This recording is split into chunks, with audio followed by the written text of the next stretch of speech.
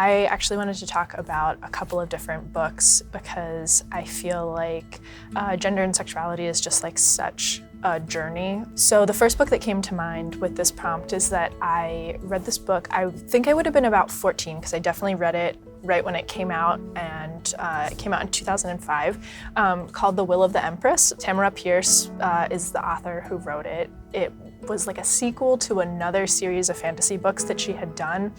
And it was the first time I had ever read a book anywhere that specifically talked about like a lesbian relationship. And I remember reading it and being like, you can what? That what?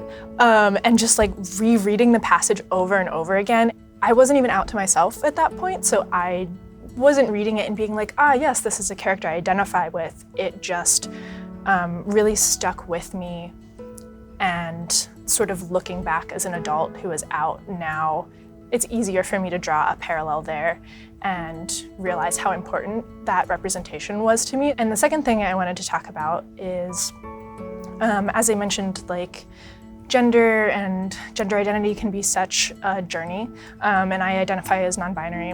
And even now as an adult, as like a 29-year-old, I have read basically 0 books with like a flamboyant non-binary character in them. There is just almost no representation.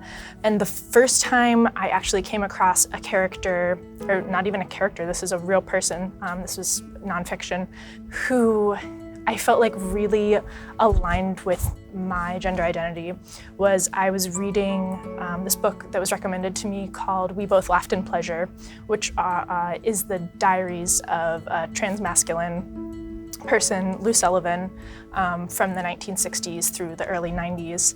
And there are moments where he is talking about like his presentation and the way that like he and his friends present their gender in ways that is like not specifically like binary male and female. And I could not believe that a person had written those words in like 1970 and that I identified with them so strongly and so like perfectly word for word, had almost had some of those same thoughts myself now in 2020.